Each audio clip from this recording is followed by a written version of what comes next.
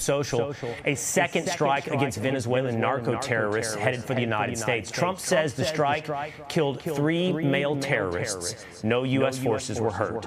Trump adding, quote, "Be warned, if you are transporting drugs that can kill Americans, we are hunting you." The illicit activities by these cartels have wrought devastating consequences on American communities for decades, killing millions of American citizens. All right, joining us now with more, FBI Director Kash Patel. Kash, thanks for being with us.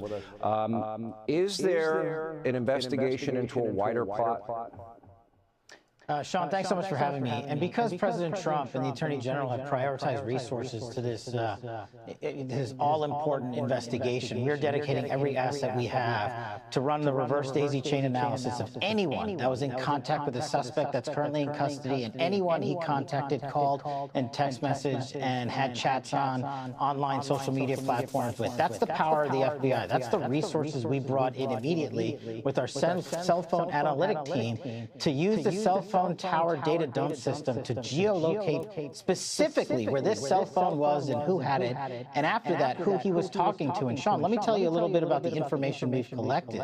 We've collected information where, through witness interviews from the FBI and local law enforcement, that he essentially admitted after the shooting and assassination of Charlie Kirk, the suspect admitted to it. Furthermore, the evidence and information will come out. I won't stylize the evidence. The Attorney General is absolutely right. We can't do that. But I will say what was found in terms of information, a text message exchange, where the suspect specifically stated that he had the opportunity to take out Charlie Kirk and he was going to do that. And when he was asked why, he said some hatred cannot be negotiated with. Yeah, you're also running an investigation on what's called the Discord chat room, which has scores of people on it, and text between the suspect and the partner. I assume that those discussions are ongoing?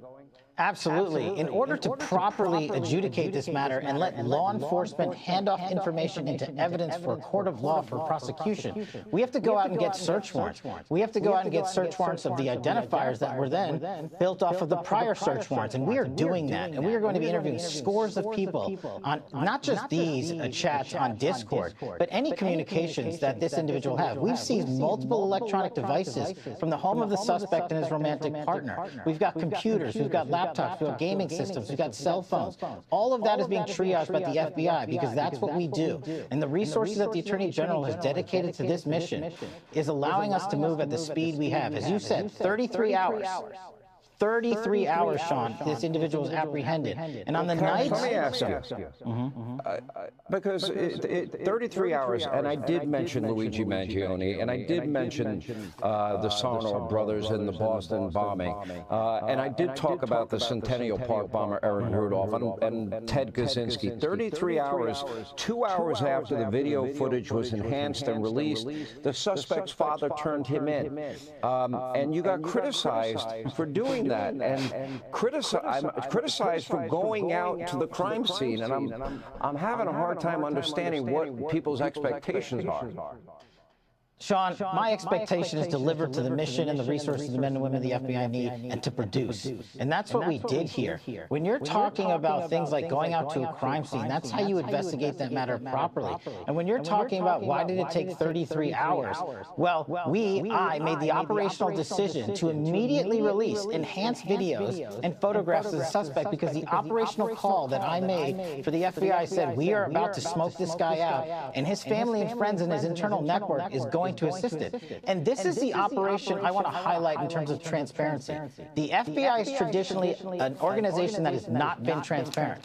My mission to the American public, as I said in my confirmation here, I am going to work with you to make this organization as transparent as possible, including during investigations, so that we restore trust in the FBI and the integrity of the FBI that was jettisoned away by the fools that weaponized it. And when I said that, I meant it, and you saw it in action, and no one should be criticizing anyone but me if they got a problem with it. The men and women of the FBI handled this brilliantly. And as you said, Boston and the Luigi Mangione case happened in downtown metropolises with thousands of people around, and it still took them 5 days. So if you got a criticism, make a fair criticism and bring it to my feet. And I promise you the men and women of the FBI will respond like we did in this manhunt for Charlie Kirk's assassin.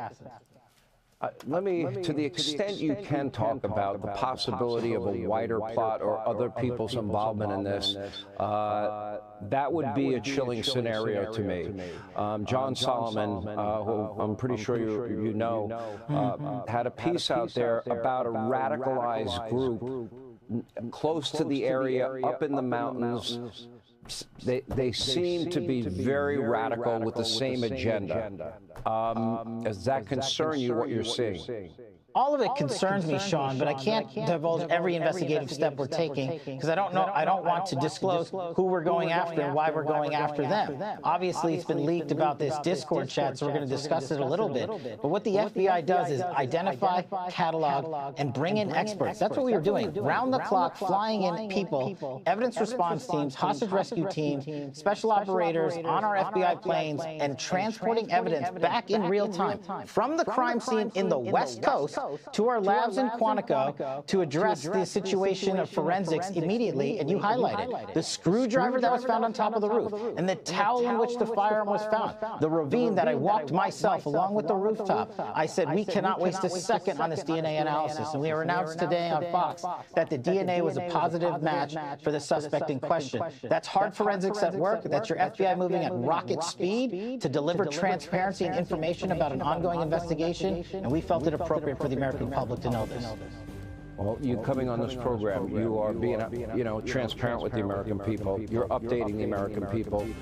There is, across the country, a lot of interest in this case and getting to the bottom of it, making sure there's not a wider threat.